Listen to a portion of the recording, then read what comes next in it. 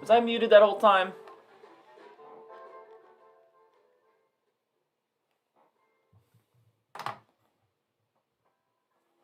Because I was talking and my lips were moving, but I don't think anyone just. Oh, okay. Y'all say I was muted. Gotcha.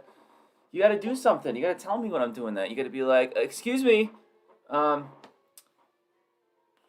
what was I saying? I was thinking I was telling you how to get extremely rich really quick with no experience, but now I forgot what I was saying, so I guess I'll never hear. Too bad. What I was gonna ask is, what do you guys have planned for the weekend? Last class it was all birthdays. What's this class? What's the plan?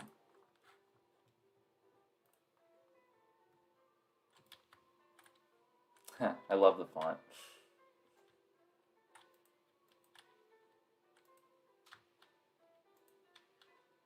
Building a robot. You're building a robot, Allie. Whoa. Failed to protect the secret formula. Holy moly. What kind of robot? Are you in robotics?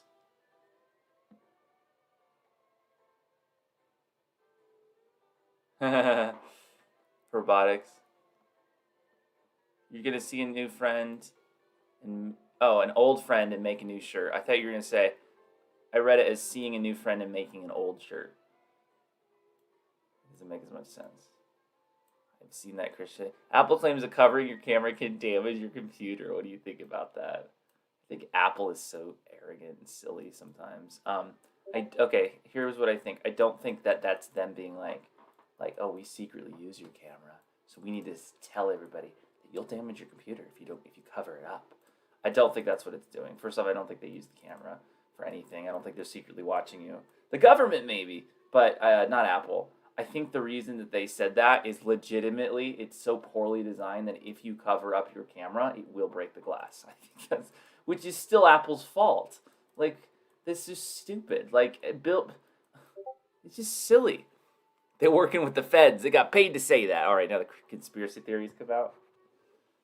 I heard a Discord ping. You caught me, Aiden. You caught me. Here, I'll show you. I'm in the Discord for a plugin right now for Unreal. That's mind testing out yourself. Sure thing.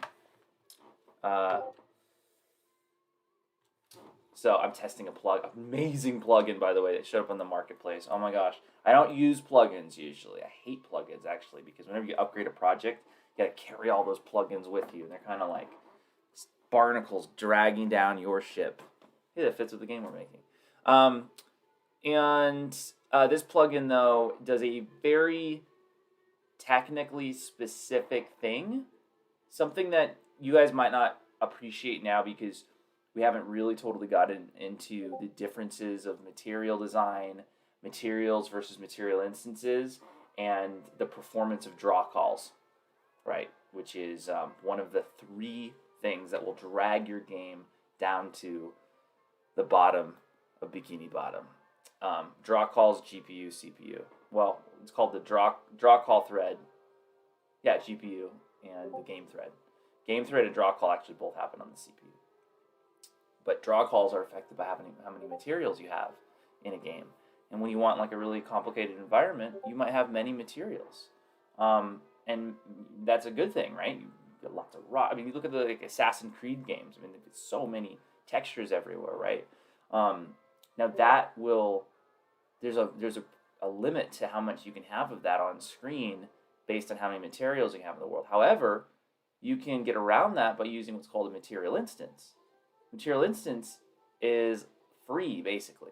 Not totally, but basically it is. So, if you have 1,000 materials, it's 1,000 draw calls. And your game will stop working, start lagging, start being bottlenecked by the draw call at around 2,000 or 3,000 draw calls. It might be like 2,000 or 3,000 draw calls. That you only have 1,000 materials. That's fine. No. Every static mesh in your world is also a draw call. Every character, every blueprint is a draw call. Even a bunch of stuff to do with lighting that the engine does is also going to throw in a bunch of extra draw calls there. So you could hit that 2,000 or 3,000 mark pretty quickly. Here's what's amazing about materials versus material instances. 1,000 materials might be 1,000 draw calls, but 1,000 material instances, one draw call, kind of. depends. It depends on the material slots and stuff like that. But it is on that level, one draw call, because it's only processing the master material graph they'll inherit from, blah, blah, blah. And anyway, if you want to convert 1,000 materials into 1,000 material instances, you have to do that all by hand. Literally. And I'm dealing with that in some projects that I'm working on, including my game. And it's been a real difficult issue. And so it's one of those things where it's like, unless I can hire a team of like 20 people to spend the next like week or more just doing this, and they know exactly how to do it without error, this might be unfeasible to do by hand. So is there a way to automate it? So I tried scripting some things in the editor, and literally I was in the process of scripting this and scripting different ways and stuff. On February 2nd, a plugin came out that did exactly what I needed. So I started writing it, and there were a couple errors. So I have been chatting with the guy in Discord. Anyway, that was a little background. Okay, anyway, we're talking about making Sponegebob. That's what we got to do today. So I'm looking at her code. I just played it briefly. There's some things we're going to have to fix, kind of bug fixing, quality fixing, and then some stuff we're going to want to add. We need models. Can you guys... I did add some ocean model stuff, I think, last time. But can you guys find me, like, well... If you can find me models and sound effects over the course of this class within the next 10 minutes, I can get them implemented. If not, then that's fine. I can find some stuff on my own time, but it won't be, it won't be the stuff that you guys chose, which usually tends to be better. So that's a little bit of a, in-class assignment. If you can find some models or sound effects, drop them in the chat, the links to them, and we'll start implementing them. In the meantime, I got some code that we need to kind of fix. We did this thing last time where we have the rounds that go up. That's awesome. After 10 seconds, it spawns more. Like, we got some really cool stuff for Call of Duty going on. The basic system, Perhaps I'll, if we really get through this and get all the systems in, we'll kind of make like a template out of this. That way, anybody who wants to make a Call of Duty game doesn't have to do it from scratch like we did. They can just use the template. Maybe. But let's do this. I noticed a bug, which is when the guy gets really close to a character, less than 300 units, he attacks the guy. Oh, thanks for letting me know, Javier. Glad you're here. We want him to do this once to damage the player and then delay, right? But it continues to do it even if the player dies, which is why the widget gets added on the screen kind of infinitely, and that's not good code, because we create this widget there. So you know what we're going to do right here? Just put a little do once. I'm actually using do once a lot in this project. I don't usually use a do once. It's pretty rare that I do. But that's what that node is there for. Let's play. All right, probably shouldn't have to ask this, but you guys got all your assignments on Canvas done? Because there was 2 assignments added on Wednesday. Christian's got it done. Awesome. Jonathan, awesome. Javier, awesome. Anybody else?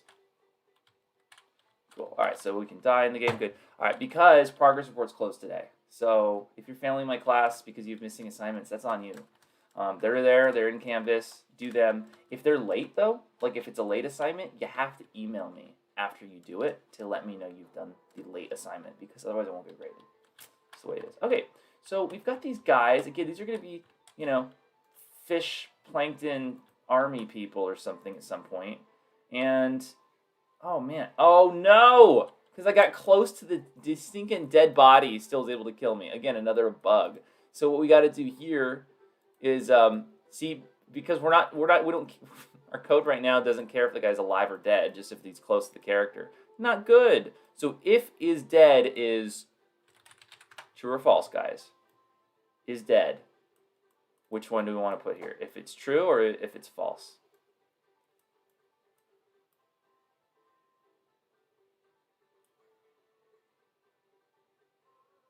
Couple trues, couple false. Let's see, 2 trues. If is dead is true or false? You guys are split about 50-50. Think about it. False, right? Because... Or wait. Hold on.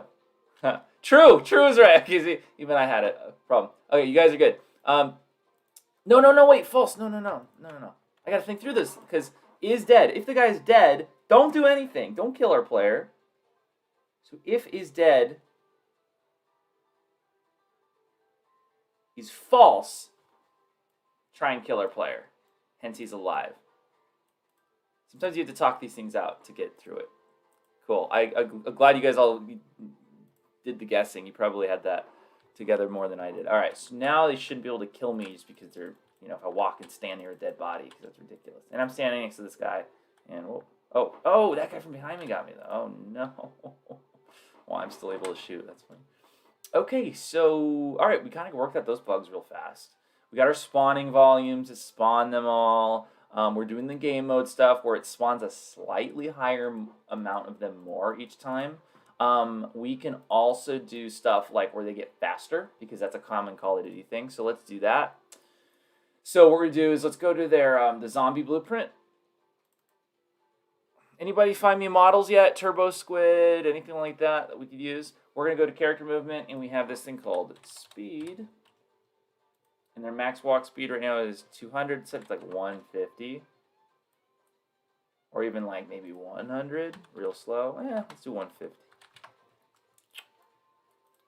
And what I actually want to do is let's make a variable out of that, just so it's simpler for me, because that setting lives on character movement. Set speed, walk speed, to, we'll make a variable, promote to variable, call it, call something slightly different, just call it speed. Okay.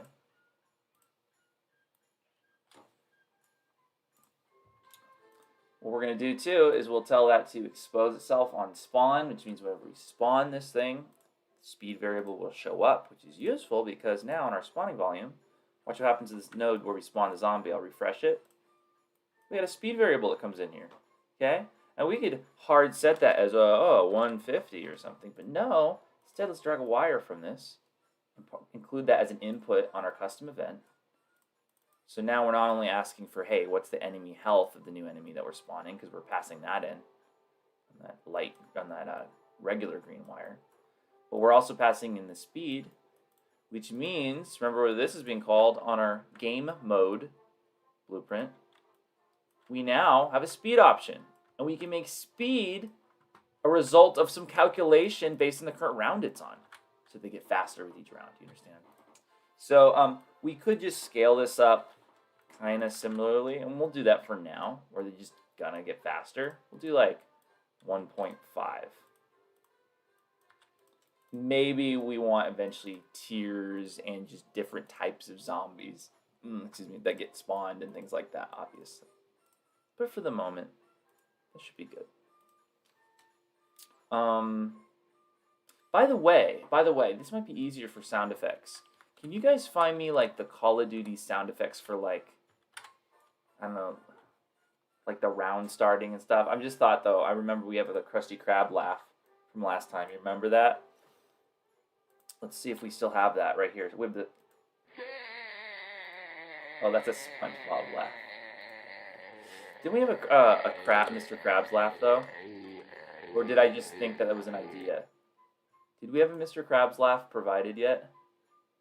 I don't think we do. I want one of him saying more. I want another one of him saying money. And I want one of him.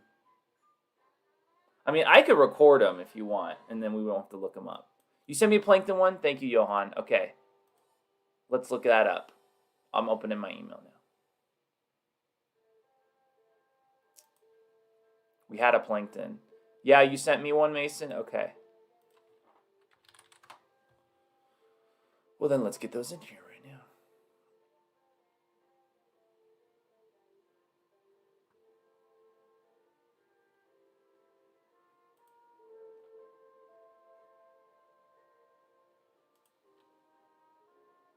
SpongeBob Crab laugh. Oh, that's crabs. Okay, gotcha. Downloading that, and then we had a Plankton.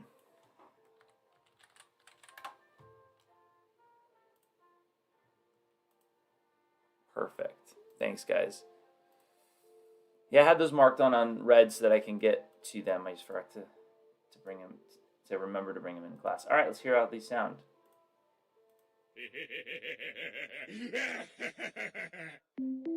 Perfect. ByVoicey.network. What? No. We're gonna have to stop that. Take that part out. All right.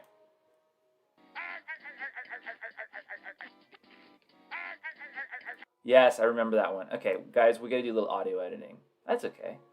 We're gonna learn a little bit of audio editing right now. Who's used the program Audacity?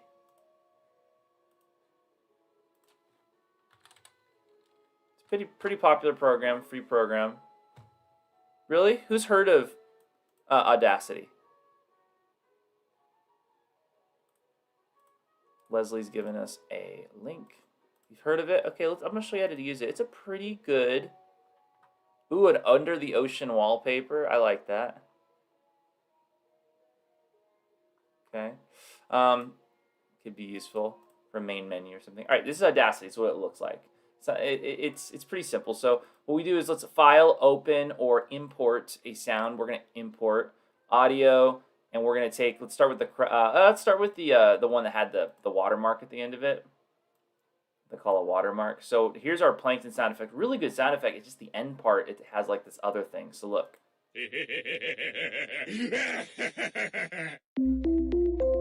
ByVoicey.network. So thankfully, this will be pretty easy to take care of because we just need to cut out that last part. So what I'm going to do is left click and drag over that. And now that's highlighted, hit the delete key.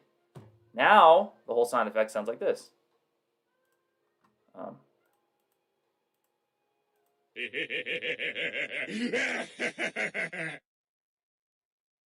think it's honestly perfect as is. Maybe I want to add just a slight amount of reverb to it, which is an effect. So if we go to effect, we'll do reverb.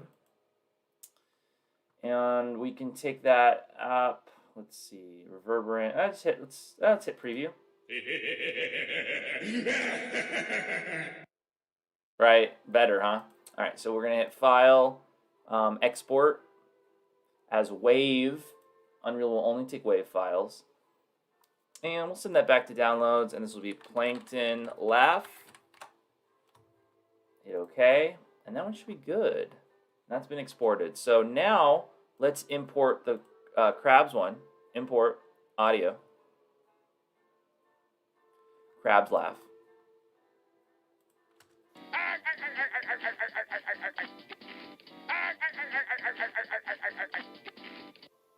So I want to just use one of them since it's like the same sound effect that repeated. So we're going to cut out this last part. Cut. Also, you always want your sound effects to start right at the beginning. You don't want that dead space there. If you need something to wait, you put a delay in front of it, but you don't want the sound itself to have a delay.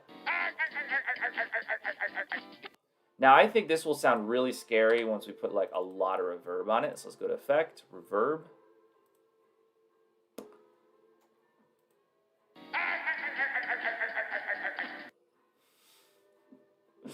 And we can mess with this. Reverberance can go up. Damping can go up. I don't know. Let's hit preview. It's the ghost of Mr. Krabs. Agony. Wet gain. Is that too ghostly? Should we go back the way it was, or is that good? I don't know. Spooky? Okay, let's do that. Okay. Now there's a problem here. It cuts off at the end really abruptly. You'll hear it. It cuts. So you can do that with a fade. So we're going to fade that out. So if I highlight that, we can go to Effect, go to Fade Out. And you see it kind of pinches all that over in time, and that will fade out. Not bad. It does sound like the Flying Dutchman, which we got to have sound effects for the Flying Dutchman too. All right, those were really good sound effects. It required a little tweaking, but that's okay. Now you guys know how to do tweaking on your own. Don't know if they have Audacity for a Chromebook. I'm going to doubt it since they have nothing for a Chromebook, but if they do, you guys should edit sounds and get in the habit of doing it before you get them to me, and adding that reverb and getting them fixed, appropriate for our game. But hey, let's bring these in. Um, let's see. Can I delete these old ones though? I don't want these old sounds. All right, cool. Now we're gonna import these. Import in the game.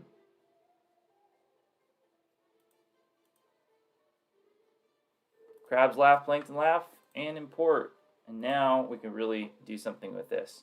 So for the moment, when a new round starts, we're going to play the plankton laugh, I think. Or should that be when you die? It could be both. Let's, for the new round, we're going to go to COD game mode. This is where the advanced next round happens. We can do something called play sound 2D. That's the node. And we'll do a plankton. Maybe you get the Mr. Krabs one whenever you pick up a like a kill all kind of item or something. All right, I'm gonna hit play.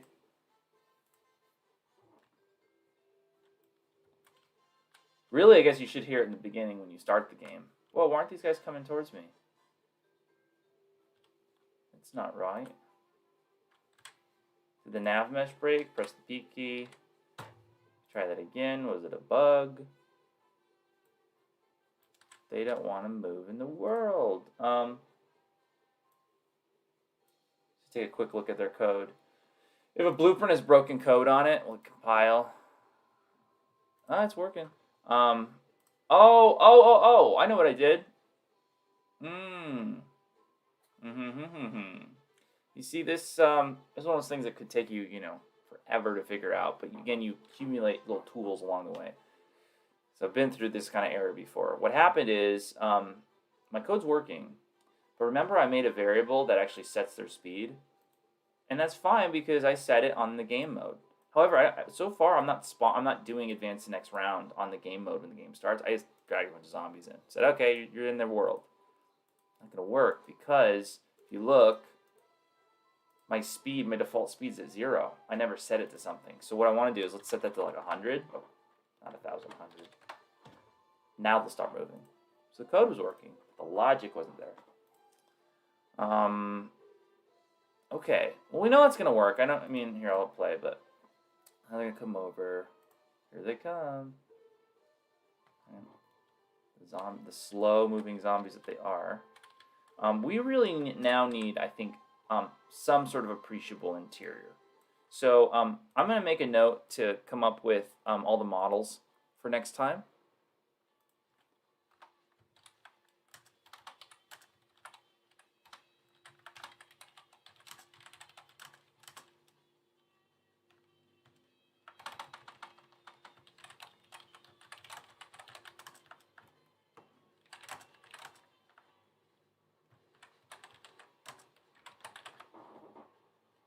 Click on the link, okay?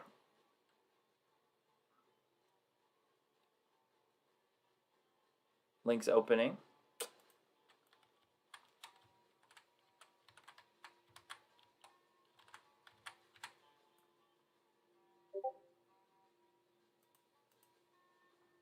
Don't, it's a trap.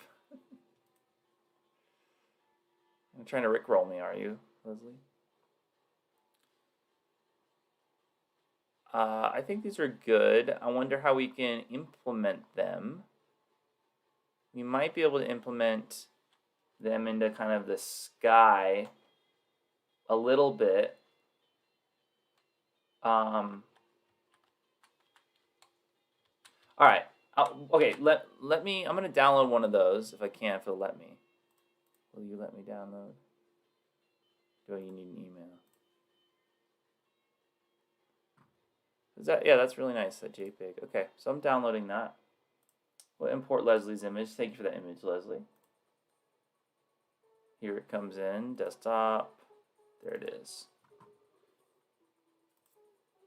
That would be good for that could be good for a lot of things. I don't know if it's going to work for like a sky material. It's too daylight, although maybe it could. I don't know.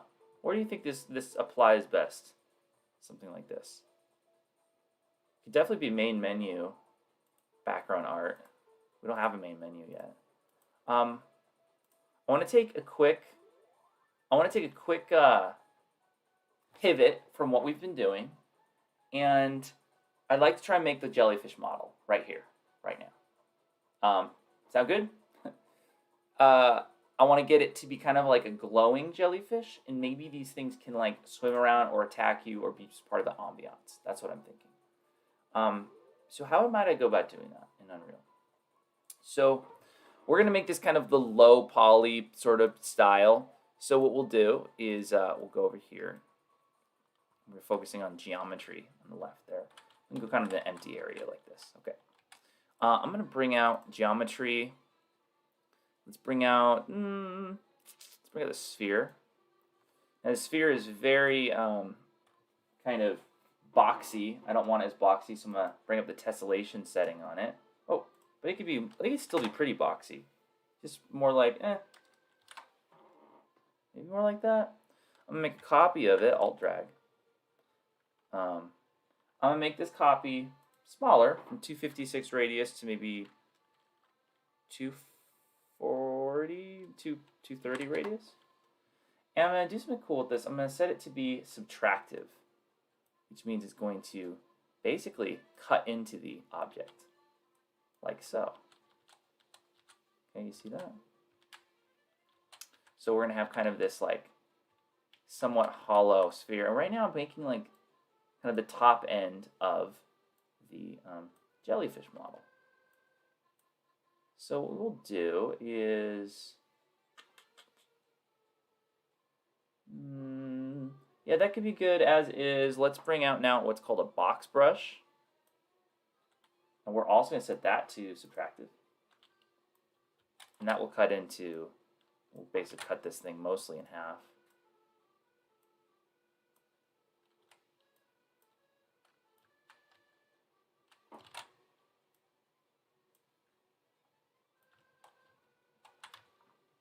Obviously, this is very big for a jellyfish. I kind of need to look up a jellyfish actually, just so I can get an idea. So, Sponegebob jellyfish. Sometimes you work from reference photos. Sometimes you just do it as is. Okay, so yeah, their jellyfish are more like. Oh well, yeah, you kind of get this thing.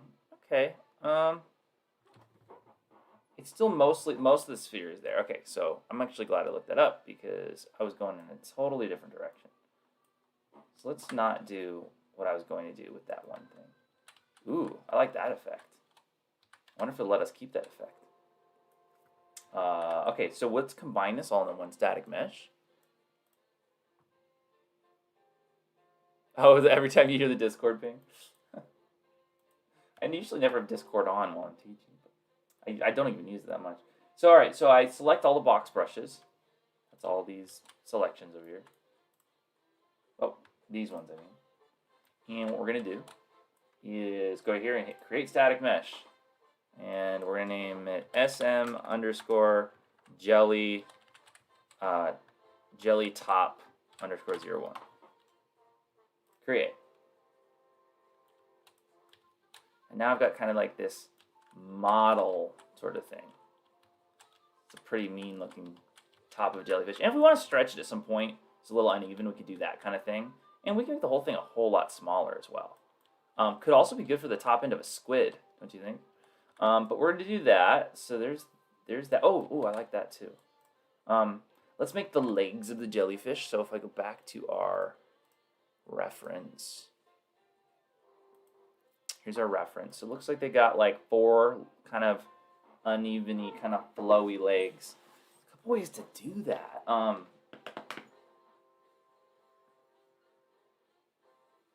we want to do that? Oh, I know a couple ways we could do it. We'll make this kind of a low poly version again. I'll do it like this. So let's bring out this thing called a cylinder. And we're going to make this a lot smaller, kind of in the same size ratio as what's going on over here. And we're basically just going to make one of these legs, and then the rest can be just copied and pasted. So let's bring that a lot smaller.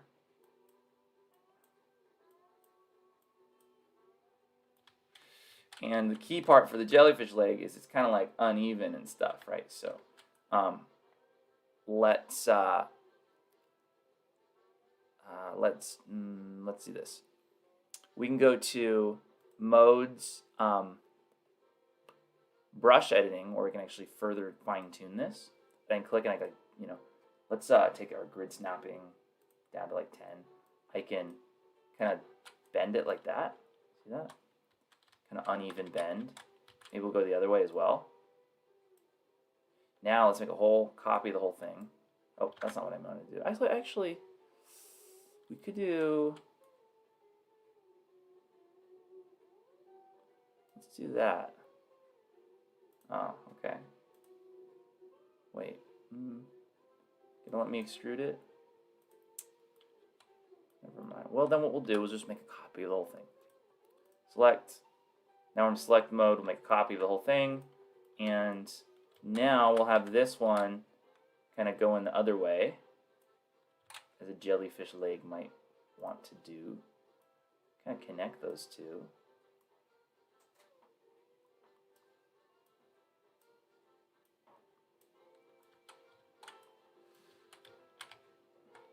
And that just once we get these connected, that really could be good enough. We're gonna make the material, and that will make it, pop a little bit better. I'm okay with that for now. This isn't trying to win the award for the best graphics or anything. So let's change it to create static mesh. This is like the most basic model ever, obviously. And truthfully, you'd be using a Blender or Maya if you were really wanting to make the model and make it well. But we're just doing a prototype. SM jelly leg 01. Create static mesh. Alright guys, and I'm going to keep you on like 3-4 more minutes so that we can finish this jellyfish so we have something done here. Let's make the material for the jellyfish. I want to make it like that glowing kind of jellyfish. So let's do this. M material M jelly. Double click.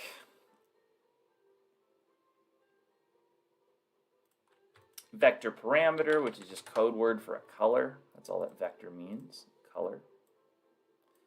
We want a nice jelly pink. Plug that into base color. And we want our jellies to kind of glow a little bit.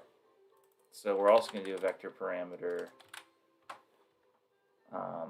called glow color. And it might glow a different color than pink. Maybe it glows purple. And we're going to have to multiply that by a number. It's going to control how bright that glow is. We don't know how bright we want it to be. Glow amount. Set it to 1 by default. A number times a color going into emissive is going to make it. And I really want a texture with like spots and stuff on it, because that's kind of like how they have it. If I were to pull up these references, that would be great. We don't have time to get the texture in for the moment, but it's fine.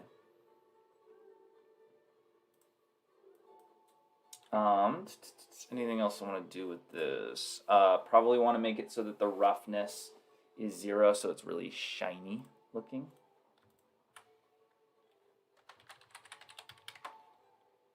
Roughness goes between 0 and 1, so if it's at 0, it's going to be very shiny.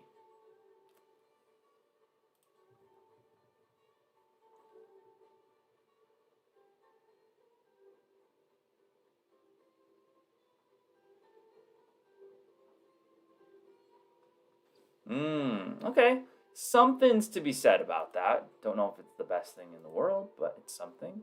Now that I've made the kind of material graph for that, I can make a much faster to edit thing called a material instance, and we'll base all of our edits on that. So let's drag that onto our guy over here, and we've got this kind of leg thing.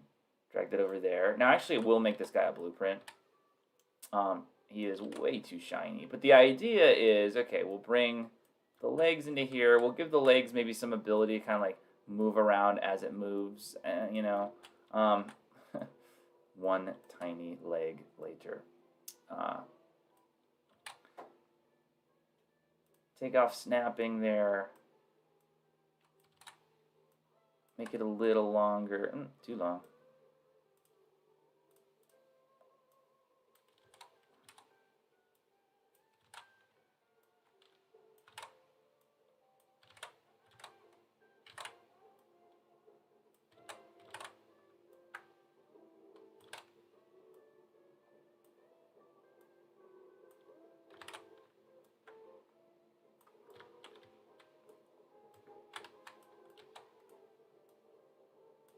All right, we got something. We got some semblance of a jelly right here. Now what we can do is we can enhance how it looks by just editing our material instance instead of our material, and we can really like play around with all these settings that we've made for ourselves, from the overall color, which looks like this. We have whole different things, to the glow color, which is really what's dominating the whole thing right now, is the amount of glowing. Ooh, imagine a red jellyfish. Not good. Let's take that glow amount down to like 0.5, and then that way the actual color of the fish isn't so overpowered.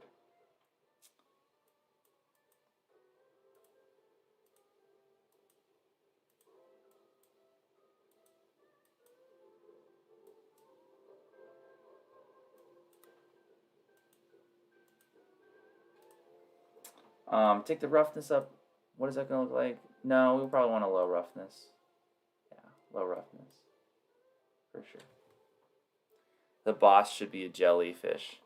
Yeah, I definitely think there could be like an army of jellyfish that attack you. We can make, guys, maybe what we do is, instead of those like robot guys who don't belong in this game at all, that are running at you, attacking you, maybe the first couple waves of enemies are jellies. And then we can figure out fish and stuff later. What do you guys think? Maybe the boss should be the hash-slinging slasher, though. I'm just thinking. So we're basing this off of the jellyfish that possess Bikini Bottom that die if they touch mayonnaise. Ha! Have I not seen that episode? Maybe. We could. Can we make one of the waves the fish with the long mouths? Okay, I'll put that in the notes. Okay, I will put this for next time. Change enemies mesh to be jellyfish. Yeah, we're gonna have to do that. They will be jellies the first several rounds. The king jelly. The anglerfish from the one episode can be a boss too. Okay. We want fish with the long mouths to also attack. Someone should probably find a reference image for that. If not, then next time, drop one in at the beginning of class. King Jelly seems like a natural boss. I agree.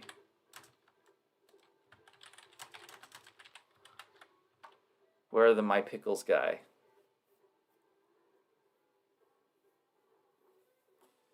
Fish with the plankton helmets.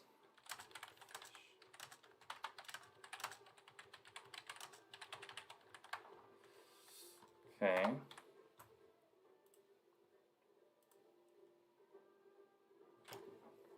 Clicking on Liam's link. Patty, hold the mayonnaise.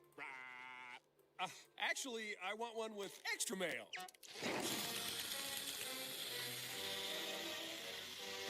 What's wrong, dudes?